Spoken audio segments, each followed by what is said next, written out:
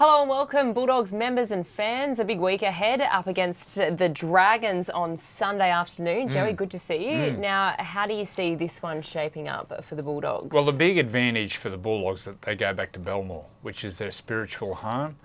I wonder what sort of crowd they'll get. I think they'll jag another 4,000 or 5,000 people in because, fathers or parents want to take their sons or daughters along to Belmore to watch the Bulldogs go around.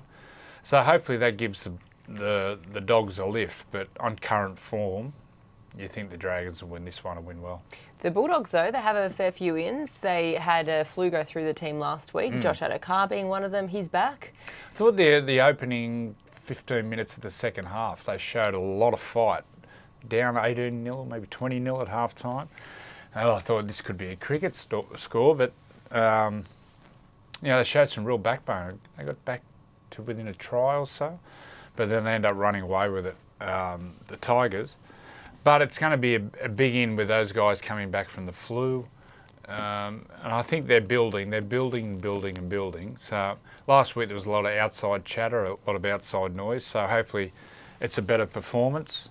But on a dry paddock against the Dragons, I think it'll be tough for the Dogs. How big of an impact do you think it will have now that they've got, obviously last week, a lot of noise with Trent Barrett leaving. They had Mick Potter coming in halfway through the week, having a full week under Mick Potter, training back to normal on schedule, and also the players coming back. How much improvement do you think we'll see? I think it'll be a big improvement for them, and players want that stability and that's familiar voice, so they'll have that the last 10 days or the last week. So hopefully it gives them a kick along.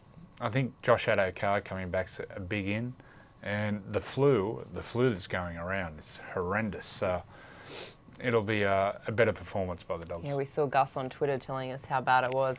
Oh, did he? Yep, he had it. He had it pretty badly. Yeah. All right, well, how would you attack the Dragons? Okay, so the Dragons have got a really big forward pack, and they come out early in the first 10-15 minutes and they like to bash you. We saw that Anzac Day, what they did to the Roosters early. So what you got to do is you got to play rope-a-dope. So you preserve your energy. You don't send your big boys into the trench warfare with them because they come out real physical. You run from dummy half, and you got your smaller, quicker guys running in and bouncing around and making them chase, but then you kick early. You turn them around. So whenever you get to your 40-metre mark, don't matter if it's on play 3, play 4, you kick.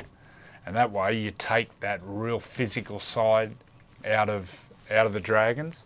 And that's what they really lift. There's some big tackles and some big set of sixes where they just bash you. They really lift and thrive off that. So you got to take that out of the game.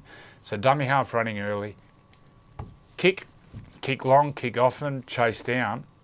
That'll take the spice out of them. All right, let's hope for Bulldogs fans that's exactly what happens. There's a game. Maybe we should send this over to the team. Yeah, Well, Matt, they got one of the best kickers, probably the longest kicker in the game, and Matt Burton. So use his strength. Yep. All right. Well, good luck on the weekend and enjoy the footy.